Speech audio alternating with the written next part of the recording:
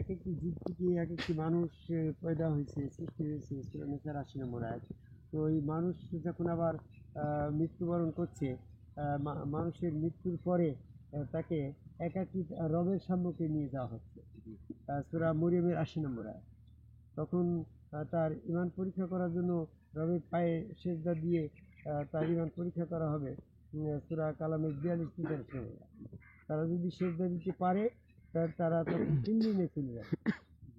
যারা ইমানদার মুমিন তাদের জন্য ইল্লিনের ব্যবস্থা রয়েছে, সূরা মুত্তাফিফিনের ১৮ নম্বর আয়াত। এইভাবে যারা সেখানে অপরাধীরা থাকবে, সেজদা দিতে পারবে না, কাফের অবস্থায় মৃত্যুবরণ করছে যারা, তারা রবের কাছে যে সেজদা দিতে পারবে না, তারা তখন সিজ্জিনে চলে যাবে। সূরা মুত্তাফিনের তোমার ৭ নম্বর আয়াত। তো সেখানে দেখা গেল যে ইল্লিন সিজ্জিন ভাগ হয়ে যাচ্ছে এই মৃত্যুর পরপরই। তো আমরা যখন কাফের অবস্থায় মৃত্যুবরণ করছে, তাকে সিজ্জিনই পাঠিয়ে দিচ্ছে। এই সিজ্জিনটা কি, সেটা সূরা মুমিনের ২৩ নম্বর সূরা মুমিনের ১০০ নম্বর আয়াতে বলছে, কাফেররা রোজ কিয়ামত পর্যন্ত আলমে বর্জকে থাকবে। তো সিজ্জিনের অবস্থানটা ওই আলমে বর্জক, আলমে বর্জকটাকে সিজ্জিন বলা হচ্ছে। সেখানে শাস্তির ব্যবস্থা আছে। যেমন শাস্তিরা কিভাবে হচ্ছে, সূরা মাইদার ৬০ নম্বর আয়াতে বলছে, যাদের প্রতি আল্লাহ রাগান্বিত, লান্নতপ্ত। লান্নতপ্ত কার প্রতি হইবে? প্রথম লান্নতপ্ত কে? ইবলিস। ইবলিস কখন লান্নত হলো? আল্লাহ আদমকে সেজদা না দিয়ে, আদমকে আল্লাহকে সেজদা না দিয়ে ইবলিস লান্নতপ্রাপ্ত হইল, তারপরে রাগান্বিত হইল। ঠিক এইভাবে দুনিয়াতে যারা আদমকে আল্লাহকে সেজদা দিবে, তাদের প্রতি আল্লাহ খুশি থাকবে। তারা সেদিন আল্লাহ পায়ে সূরা কালামের ৪২ নম্বর আয়াতে সেজদা দিয়ে তোমার ইলিমে চলে যাচ্ছে। আর যারা এখানে সেজদা দিচ্ছে না, তাদের প্রতি লানত, তাদের প্রতি আল্লাহ রাগান্বিত থাকছে, তারা সেজদা দিতে সেদিন পারবে না। তাদেরকে কতকে বানর, কতকে শুয়োর বানানো হবে, সূরা মাইদার ৬০ নম্বর আয়াত। তাহলে এই বানর শুয়োর বানিয়ে পৃথিবীতে যেখানে রাখা আছে, এটাই হচ্ছে ইল্লিন জগৎ, না এটা হচ্ছে সিদ্দিন জগৎ, আর এটাই হচ্ছে আলমে বর্জক জগৎ। এই যে ইল্লিন সিদ্দিন চলতে থাকে, মানে এই সিদ্দিনের অবস্থা রোজ কিয়ামত পর্যন্ত চলবে, আলমে বর্জকের অবস্থা রোজ কিয়ামত পর্যন্ত চলবে। তাহলে পরে রোজ কিয়ামতের পরে চলে যাচ্ছে প্রথম সিংহের ফুক দিলে সমস্ত আত্মা ক্লোজ হয়ে গেল, মারা গেল সমস্ত কিছু, এখানে কবর জগৎ শুরু হলো। দ্বিতীয় সিংহের ফুক দেওয়ার পর্যন্ত এই জায়গাটা কবর জগৎ।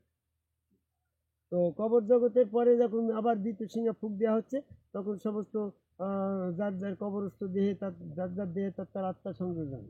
আত্মা সংযোজন হওয়ার পরে তখন তারা বললো যে আমাদেরকে নিদ্রাস্থল থেকে কে জাগাবে। তাহলে কবর ছিল নিদ্রাময় অবস্থা, এখানে কোনো শাস্তি নেই। শাস্তি ছিল তার ওই যে সিদ্দিন জগৎ, আলমে বর্জক জগৎ। তারপরে প্রথম সিংহে ফুক দেওয়ার পরে কবরস্থ শুরু হইলো। কবরের ভিতরে কোনো শাস্তি নাই, নিদ্রাময় অবস্থা। কবরের পরে যখন তাকে হচ্ছে আত্মা সংযোজন হইল, তখন আল্লাহ পাকের কাছে সমাবেত হইল। সমস্ত মানুষ তখন আল্লাহ পাকের ওই জায়গায় সমবেত হচ্ছে। সূরা ইয়াসিনের ৫৩ নম্বর।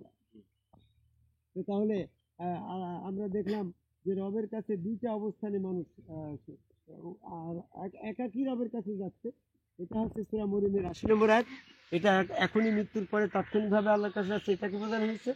আর দ্বিতীয় সিংহে ফুক দেওয়ার পরে সমস্ত মানুষের জমায়েত হবে, সূরা ইমরানের ৯ নম্বর আয়াতে বলছে, সম্মিলিত জমায়েত, জামিউ মানে জমায়েত হওয়া, সেটা হচ্ছে হাসরের মাঠ।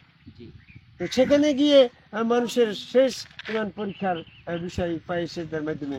তো যাই হোক, আমরা একটা বিষয় বুঝে নিতে চাই যে হাসর নাসর, এই মৃত্যুর পরে আমাদের অবস্থান কিন্তু সামনে ইল্লিন সিদ্দিন, অপরাধীদের জন্য সিদ্দিন আর মুমিনদের জন্য ইল্লিন।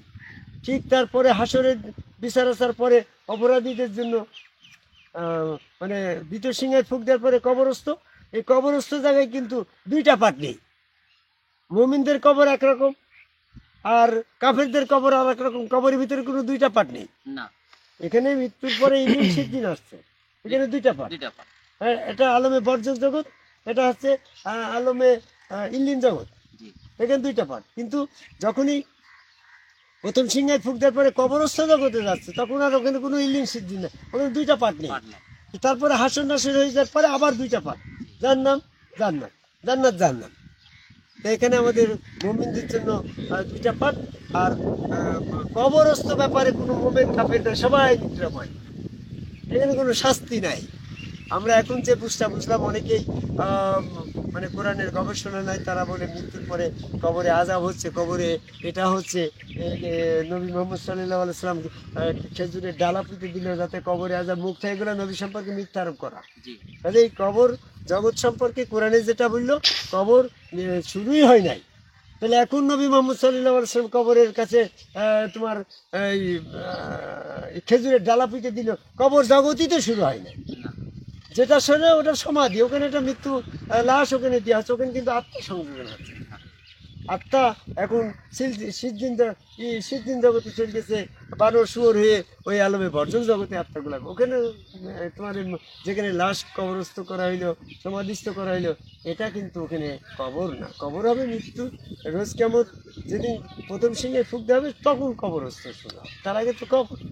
এগুলো সমাজ। তো যাই হোক, আমাদের আজকের টপিকের মূল বিষয় হচ্ছে যে মৃত্যুর পরে অপরাধীদের জন্য একটা অবস্থান, সেটা হচ্ছে সিদ্ধিন জগৎ, আর বিবেকবানদের জন্য ইল্লিন জগৎ। আর এইভাবে সিদ্ধিন জগতের রোজ কেমত মৃত্যু চলবে, রোজ কেমতের পরে কবর জগৎ, কবর জগতের পরে হাসর জগৎ, হাসর জগতের পরে জান্নাত জাহান্নাম। এই দিকে আমাদের মুমিনত্ব অর্জন করার জন্য আমাদেরকে সুযোগ দেওয়া হবে। একটা মানুষ সিদ্ধিন জগতে চলে গেছে, তার শাস্তি শেষ হওয়ার পরে আবার মানব জগৎ পাবে। মানব চূড়া ওয়াকিয়ার এরকমভাবে 61 নম্বর আয়াতে বলছে এই মানব জন্মে আসার সুযোগ আছে। তারপরে আবার এক একটি জীব থেকে এক একটি মানুষ আসছে, তাই প্রত্যেকেই একবার মানব জগৎ পাবে। হ্যাঁ, সমস্ত জীবই একবার না একবার মানব জগৎ আসার সুযোগ পাবে। এই মানব আবার যদি অপরাধ করে ফেলে আবার তাকে দেওয়া হবে, আবার এইভাবে সুযোগ দেওয়া হবে। তো যাই হোক, আমরা এই যে আমাদের জন্মান্তর বা জন্মান্তরে আমাদের এই যে রোজ কেমন পর্যন্ত আমাদের জন্ম মৃত্যুর মাধ্যমে আমরা প্রভাবমান আছি, এটা জন্মান্তরবাদ। কোরআন মোতাবেক এই বিশ্বাসী হওয়ার জন্য পঞ্চগড় জেলার তেঁতুলিয়া উপজেলার কাজী ফার্মের এই যে ঘোড়া আমরা দেখতে পাচ্ছি, এই ঘোড়ারও পরিস্থিতি এরকম জীব থেকে মানুষের দিকে আসছে। এই পরিস্থিতিতে আমাদের জ্ঞান অর্জনের জন্য পৃথিবীর সকল মানুষকে কোরআন ভিত্তিক জ্ঞান অর্জন করে জন্মান্তরবাদে বিশ্বাসী হওয়ার আহ্বান করে আমার কথা শেষ করি। জয় গুরু।